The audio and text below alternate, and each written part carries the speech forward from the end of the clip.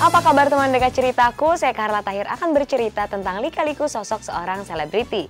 Ceritaku cerita inspiratif tanpa gosip. Dulu Wong Dae-soo, kini jadi jutawan metropolis. Itulah komedian dengan nama lahir Rianto yang kini beken dengan nama Tukul Arwana. Popularitasnya di jagat hiburan melejit tak terbendung saat ia menjadi host di program Empat Mata. Perjalanan hidupnya menjadi gambaran bagaimana nasib manusia bisa berubah ketika ada komitmen untuk kerja keras, ketabahan, keuletan, serta keugaharian. Pria kelahiran Purwosari, Semarang, 16 Oktober 1963 ini lahir dengan tampang dan bakat melawak. Awalnya ia dikenal sebagai pelawak di tingkat kampung.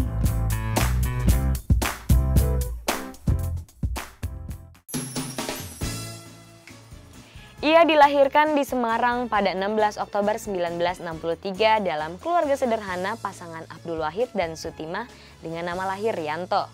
Tapi karena saat kecil ia sering sakit-sakitan, nama depannya ditambah Tukul. Tukul dikaruniai bakat melawak alami. Sejak SD, ia sudah mulai melawak dan mengikuti lomba melawak. Tapi karena kekurangan biaya saat SMA, ia harus sembari mencari uang. Tamat SMA, hidupnya bertambah sengsara. Untuk bertahan hidup selain melawak, Tukul juga menjadi supir angkutan umum. Berikut ceritanya.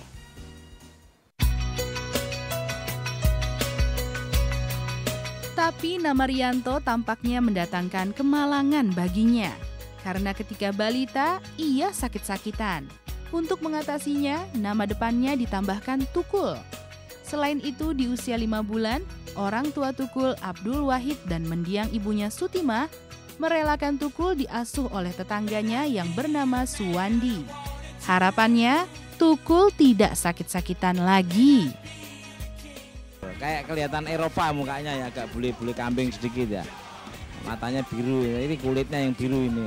Berbekal bakat melawak alami yang dimilikinya, Tukul mulai mengikuti perlombaan melawak sejak kelas 6 SD.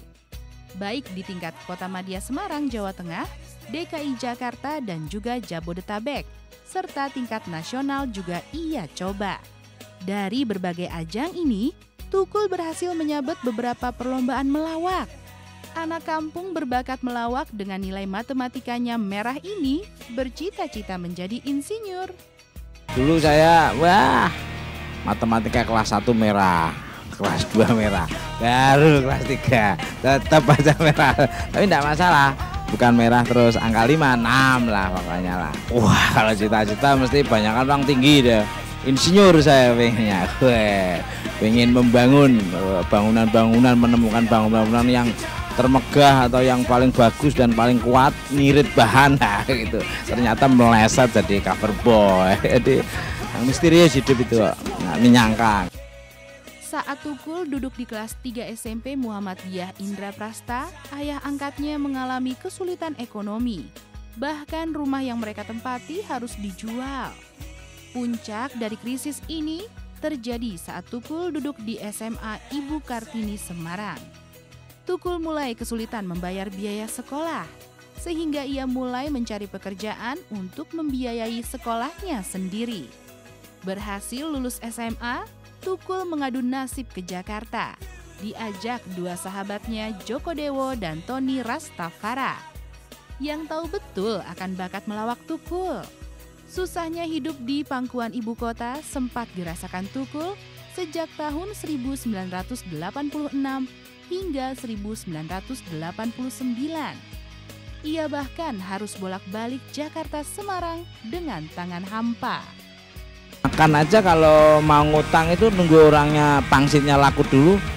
Udah laku baru aku deketi. Kalau belum dari jauh lihat belum laku saya belum berani ngutang. Warung-warung itu di daerah itu Gang Limo, Senopati, Blok S itu udah. Kalau warung ada apalagi warung orang tak deketin mesti udah deg-degan karena mesti dipinjemin utang mesti saya keluhin. Dia tergolong orang yang tidak pernah mengeluh. Karena saya ajarin di Jakarta bukan tempat keluhan. Tapi tunjukkan kemampuan kita, talenta kita, dan alhamdulillah itu ditunjukkan oleh seorang Tukul. Diremehkan orang, dikecilin orang, dianggap sebelah mata, Duduk aja orang nggak percaya, diem aja orang nggak percaya, apalagi ngomong punya ide, punya apa itu dikecilin. Ini loh pelawak lucu top nih juara. Siapa ya? Tukul. Apa itu nama tumbuh-tumbuhan apa nama orang itu Tukul kan? Kenyang dengan derita, Tukul tidak putus asa. Untuk bertahan hidup selain melawak di panggung kecil, ia juga banting tulang bekerja apa saja. Dari kondektur, supir angkot dan truk, hingga menjadi supir pribadi. Dalam penderitaannya, Tukul mempertahankan hidup disiplin, kerja keras, tahan banting, bertanggung jawab, dan jujur. Tapi satu hal yang sedikit mengganggu, penampilan Tukul yang deso dan dekil sulit untuk pudar. Kok tahu kamu? Tahu semua. Dulu memang saya jarang mandi. Sekarang tetap gitu. Ya mandi sekarang, tapi memang dulu bener. Saya tuh kalau jarang mandi, saya orang bulian gitu. Kadang pakai tisu aja udah cukup. Disiplin, tanggung jawab, ya kan. Terus ya itu joroknya itu sampai sekarang katanya istrinya komentarnya ya masih palek, masih mambu kata palek. Ya itu ciri khas. Itu ya biarin aja, bau-bau kan duitnya banyak.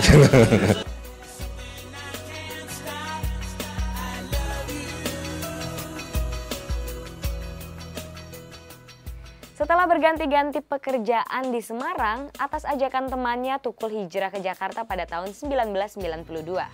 Ada gium kejamnya ibu kota lebih kejam dari ibu tiri mulai ia rasakan. Hidupnya tidak berubah, malah sengsara. Meski ketika itu namanya diganti jadi Tukul Arwana. Untuk bertahan hidup, ia harus melakoni pekerjaan lamanya di kampung menjadi supir pribadi. Dalam kondisi ekonomi yang tidak berkecukupan, Tukul menikahi gadis Padang Susiana yang kini dikaruniai 2 orang anak. Ia sempat melamar bekerja di Radio Humor SK, bertemu dengan Bagito, Patrio, dan Ulfa Duyanti. Simak ceritanya setelah yang berikut ini. Cover boy silakan, nyebut apa aja lah. Tapi yang penting saya kalau disebut pelawak saya lebih senang. Pelawak Tukul, wah, ya, cucu, ya.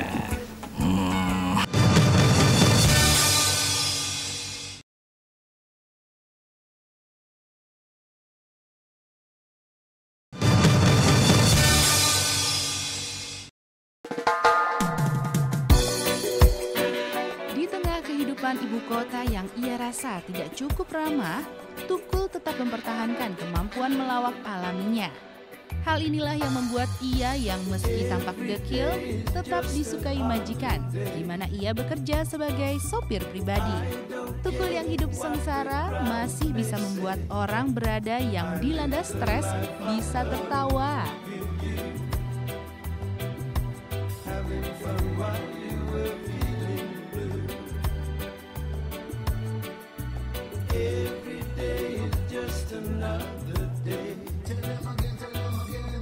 Meski hidup susah di Jakarta, tidak membuat Tukul menahan hasratnya untuk memiliki pendamping hidup. Dalam kondisi ekonomi yang morat-marit saat itu, ia menikahi gadis berdarah Padang bernama Susiana Similikiti. Bersama Susiana, Tukul menempati sebuah kontrakan di bilangan Cipete Utara, Jakarta Selatan. Hingga ia dikaruniai 2 anak, Novita Eka Afriana dan Wahyu Jovan Utama. Udah saya pamitan dong. Saya mau ke Jakarta dulu. Wah, saya tahu. Dipikir Jakarta pulang mesti bawa mobil, terus bawa duit 1 karung 2 karung. Enggak, ternyata pulang keliwir, tahu keliwir ya? Ngambang itu nggak punya duit. Katanya ke Jakarta, mana buktinya? Pulang aja pucet mukamu. Diledekin terus bolak-balik itu. Dulu pakai gitu. Termotivasi ingin mengubah nasib, Tukul sempat melamar bekerja di Radio Humor SK dan diterima. Disinilah Tukul bertemu dengan rekan pelawak yang lain, Bagito, Patrio, Ulfa Duyanti, dan masih banyak lagi. Tapi nasib Tukul tak kunjung berubah. Sehingga ia lagi-lagi harus menjadi sopir pribadi untuk menopang ekonomi rumah tangganya.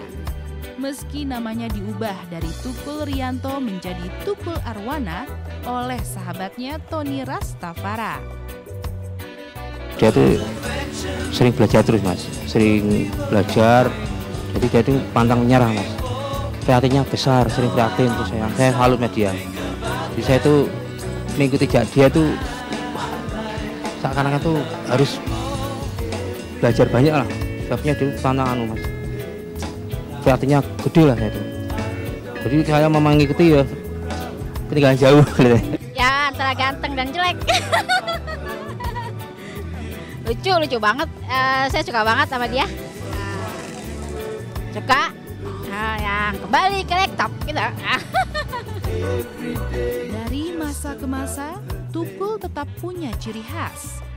Selain tentu saja dekil dan jorok, adalah kumis khas di sisi kedua bibirnya yang di tengah-tengahnya tetap gersang.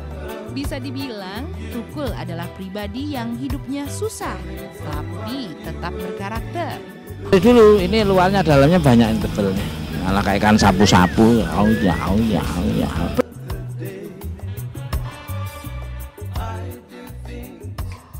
Nasib Tukul mulai membaik ketika ia diajak bermain di Lenong Rumpi. Titik balik karir Tukul dimulai ketika ia menjadi pendamping Joshua di lagu berjudul Air dengan ikon di Obok-Obok. Secara perlahan namanya mulai menanjak saat dipercaya menjadi pembawa acara Aduhai dan Dangdut Ria. Lalu Tukul meraih kebintangannya di Jagat Entertainment saat ia menjadi pembawa acara di Bukan Empat Mata. Tukul yang dulu tampil dekil sebagai sopir angkot, kini menjadi jutawan yang selalu tampil parlente. Simak ceritanya setelah yang berikut ini. Aku cukup seneng gitu, maksudnya orang yang pernah bareng-bareng aku sekarang sukses gitu, cukup, dan ikut seneng juga sama dia, bangga lah bisa di...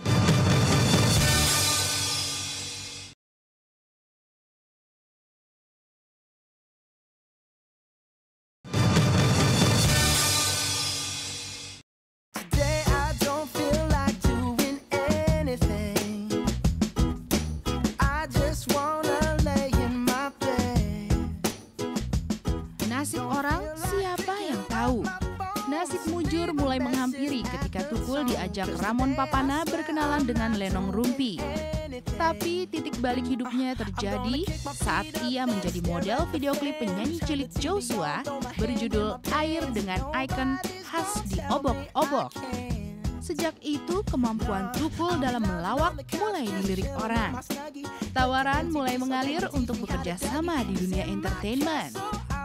Seiring dengan itu, uang mulai mengalir ke kas Tukul dari bidang melawak yang sejak lahir melekat pada dirinya. Kemarin-kemarin di luar negeri orang udah kenal, kayaknya di sini tuh udah terlambat. Saya udah 20 tahun yang lalu udah dikenal di luar negeri ya. Itu ya semenjak saya nongol-nongol di TV di Joshua aja udah dikenal dia abo-abo, airnya dia abo-abo, dingin-dingin udah. Semprot airnya disemprot-semprot kena mukaku, aku jadi bangga. Cuman aku bangga bukan dari maksudnya pribadiku sendiri. Aku cukup seneng gitu, maksudnya orang yang pernah bareng-bareng aku sekarang sukses gitu, cukup, dan ikut seneng juga sama dia, bangga lah bisa dibilang bangga karena dulu beliau sama Joshua gitu ya, cuman sekarang dia udah sukses banget itu ya, bangga bisa jadi batu loncatannya.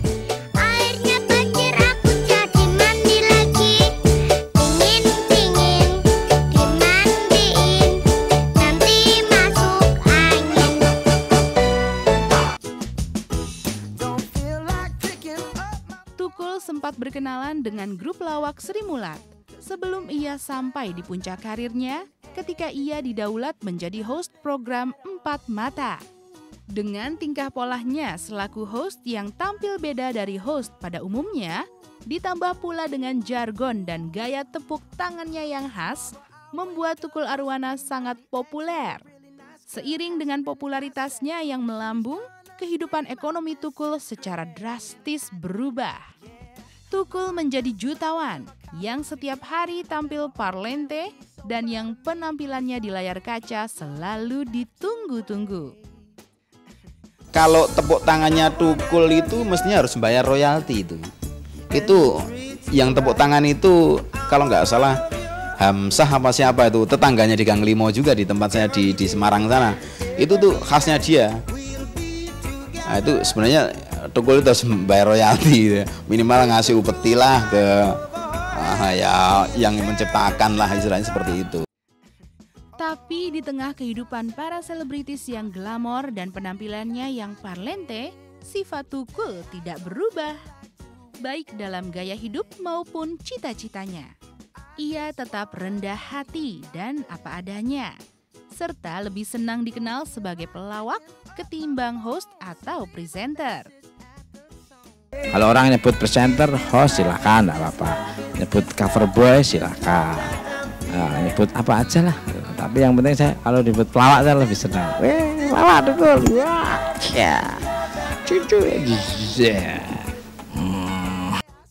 Gaya hidupnya yang berkarakter serta popularitasnya yang mendadak melejit, pria seperti tampang Tukul nyatanya menjadi idola banyak orang.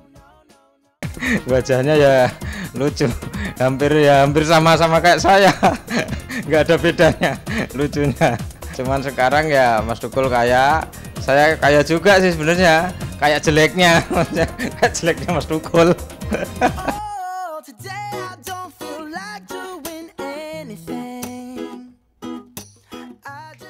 Kemampuannya dalam melawak dan jadi presenting membawanya meraih Panasonic Award pada tahun 2007 dan 2009. Kini Tukul menjadi pelawak yang kaya raya, tapi Tukul tetap menjadi pribadi yang rendah hati. Sebagian uangnya ia investasikan ke bisnis kos-kosan. Dalam hal karir, ia tidak mandek di bidang presenting. Ia juga didaulat membintangi film layar lebar, sinetron, dan bintang iklan. Simak ceritanya setelah yang berikut ini. Ayo Mas Tukul, main sinetron ya.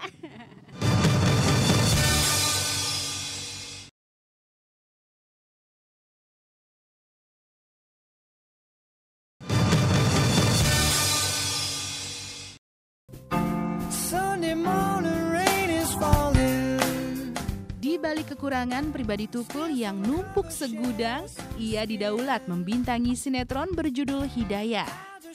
Pada tahun 2008, kemampuan akting Tukul ditantang saat ditawari membintangi 2 judul film, Otomatis Romantis dan Cinlok. Dia tuh punya satu kelebihan, yaitu dia punya sense of humor yang luar biasa. Dia basicnya pelawak, jadi apapun yang keluar dari mulutnya dia semua jadi lucu. Kalau Tukul wajah dada, aduh, wajah menyedihkan ya, deso ya toh, bahasa Inggris nggak bisa gitu. Ya itu nilai jualnya. Ya aku tahu deh Mas Tukul sekarang ini lagi naik-naiknya nih, yang hampir ya sedikit ngalahin kepopuleran aku lah ya. Tapi masih jauh lah Mas. Ya mungkin tipis lah bedanya. Aku misalnya 10 Mas, ya 10,5. Kebanyakan Mas Tukul.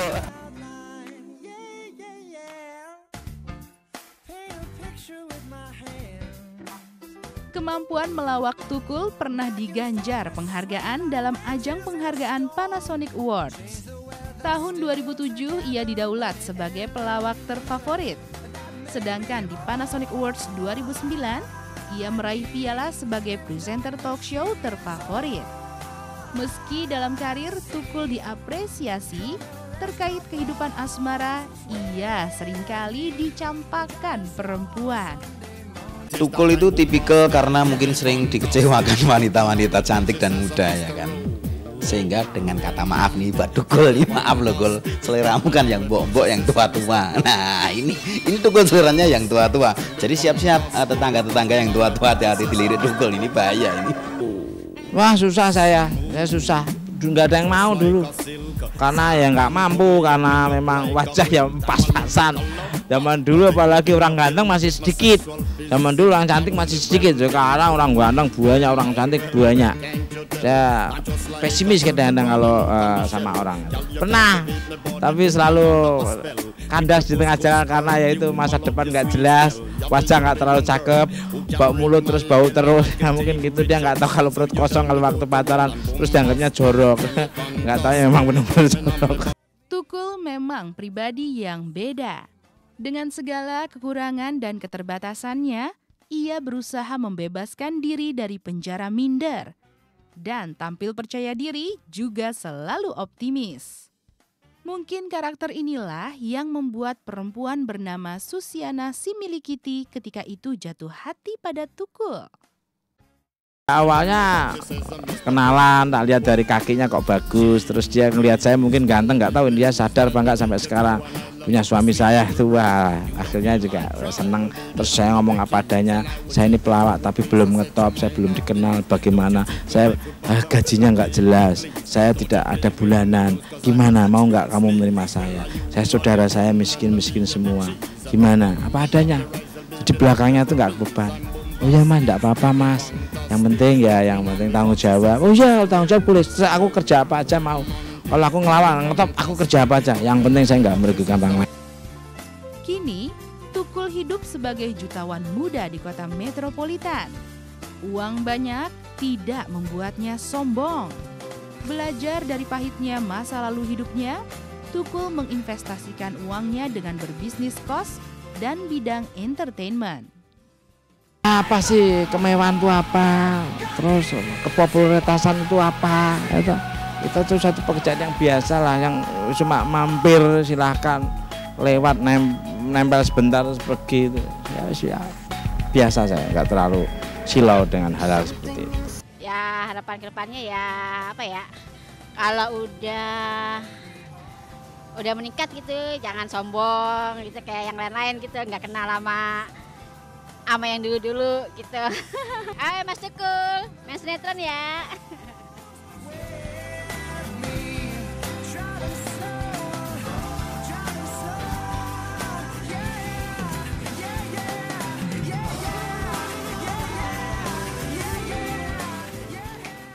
Keberhasilan hanya tercapai jika ada usaha dan kerja keras. Tidak mudah menyerah, selalu sabar dan terus mencoba hingga mendapat hasil yang maksimal. Semoga cerita dari kehidupan selebriti tadi membawa inspirasi bagi kehidupan Anda.